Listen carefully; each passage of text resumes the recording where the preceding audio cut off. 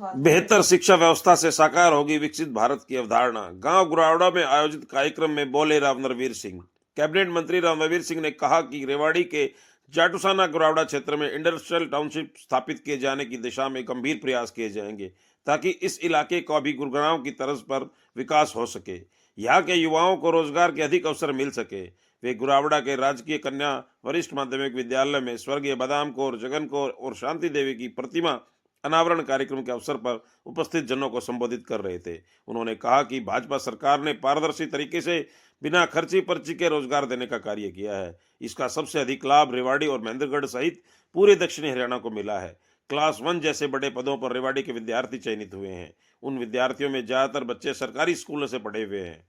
उन्होंने कहा कि उनकी बुआ सरला देवी ने काफी प्रयासों के बावजूद गुरावड़ा स्कूल की स्थापना करवाई थी, जिससे कि आज क्षेत्र की लड़कियों को शिक्षा हासिल करने के लिए दूर दराज नहीं जाना पड़ता। राव नरवीर ने कहा कि हम सरकारी स्कूल को ऐसे बनाएंगे जिससे कोई भी अपने बच्चों को सरकारी स्कूल में भेजने पर गर्व महसूस करे।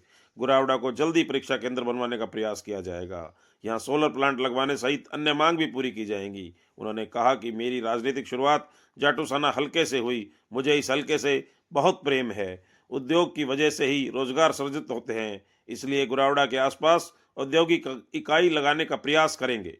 कैबिनेट मंत्री ने कहा कि भाजपा सरकार के शासनकाल में रिकॉर्ड तोड़ विकास कार्य किए हैं और आगे भी विकास की गति और बढ़ेगी। उन्होंने कहा कि आज उनके पिता महावीर सिंह जी का भी जन्मदिन है। इस अवसर पर उन्हें यहाँ आकर काफी गर्व की अनुभूति हो रही है। उन्होंने बच्चों को ड्रेस के लिए 5 लाख रुपए दिए जाने की घोषणा भी की।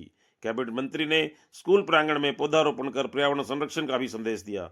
इससे पूर्व उपाचार्य प्रहलाद सिंह ने स्वागत करते हुए विद्यालय की प्रगति रिपोर्ट एवं मांगों को मंत्री के समक्ष रखा। वरिष्ठ भाजपा नेता वीर कुमार यादव ने मंत्री के कोसली हल्के के प्रति प्रेम की सराहना की। मंच संचालन प्रवक्ता निशा ने किया। इस अवसर पर वीर कुमार यादव, राव इंद्रपाल राव भावती, गुरावड़ा प्राचार्य प्रहलाद सिंह, गुरावड़ा सरपंच प्रतिनिधि प्रवीण, समाज सेवी सरला, वीर सिंह, मंत्री जी के सचिव एवं प्रवक्ता सारे दुकानदार परेशान है और हमारा एरिया फौजियों का ये कैंटीन भी यहाँ से खत्म हो जाएगी। इस रोड को आप केंद्र रहा है और 1990 से लगातार यहाँ परीक्षा केंद्र बनता रहा है, पर पिछली बार पता नहीं क्या कारण रहे, हमारे सिर्फ 10वीं कक्षा का सेंटर यहाँ था, 12वीं कक्षा का टूट गया था। जो गांव वालों की मदद से बड़े परिश्रम करके हम वो सेंटर दोबारा लेकर आए और इस बार हम आश्वस्त थे कि हमारा सेंटर यही रहेगा, पर परीक्षा का केंद्र इस बार पहलावा स्कूल में किया गया है, जो हमारी लड़कियों के लिए थोड़ा मुश्किल होगा। कन्याएं हैं, इनका आना जाना भी संपर्क में रहे और काम को तीव्रता से किया और आज हम इस नए परिसर के अंदर स्थानांतरित हो सके। तो मेरी डिमांड के तौर पे स्कूल के बारे में सिर्फ ये है कि हमारे पास सुविधाएं भी है और साथ में जो सबसे बड़ी कमी है जिसके बगैर हम कुछ नहीं कर सकते। हालांकि हमने अपनी कोशिश की है टीचर्स की कमी को पूरा करने की, उस गैप को भरने की कोशिश की है। हमारी बेटियां उधर बैठी है जिन्होंने फ्री ऑफ कॉस्ट बच्चों को पढ़ाया है। भाई अनिल प्रिंसिपल जी और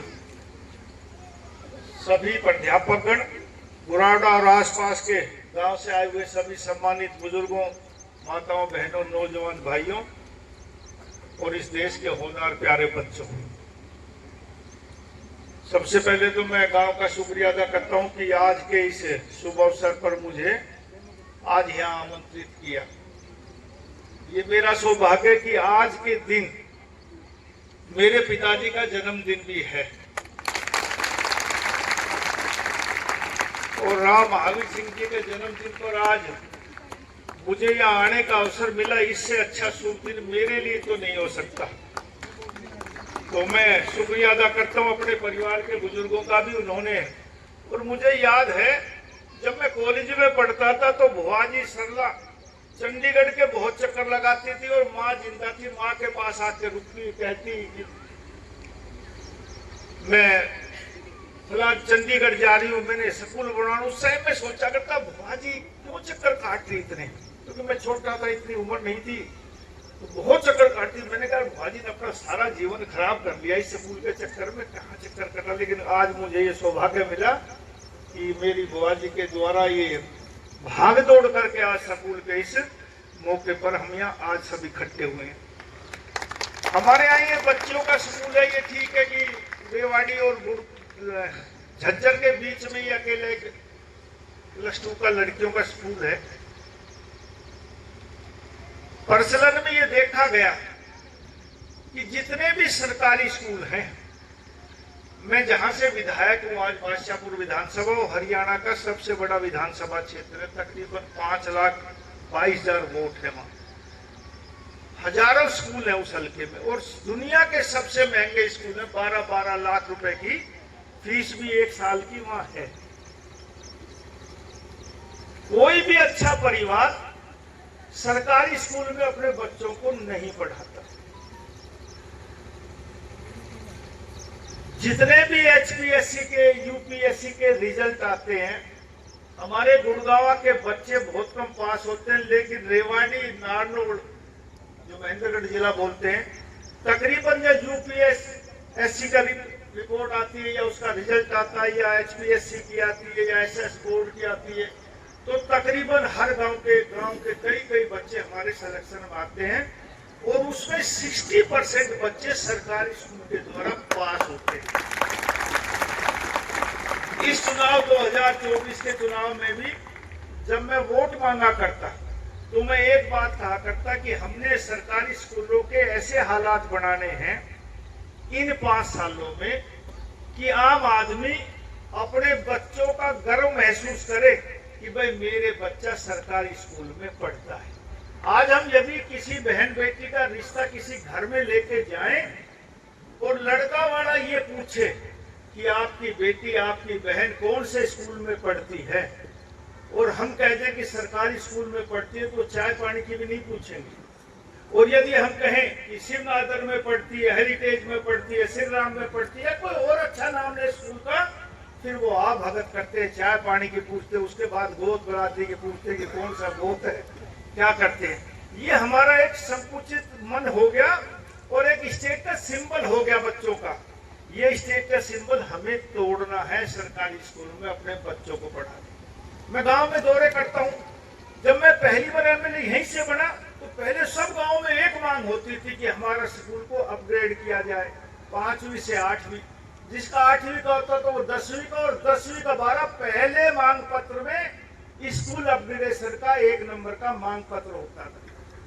अब हमारे नाम मात्र के मांग पत्र होते हैं। जहां मैं विधानसभा से विधायक हूँ, कोई मांग पत्र नहीं करता है। जहां भी जाता हूँ कि मेरे स्कूल को अपग्रेड करो, क्योंकि सरकारी क्राइटेरिया है कि सबसे पहले कि उस स्कूल को जो अपग्रेड कर रहे हो उसमें जमीन कितनी है।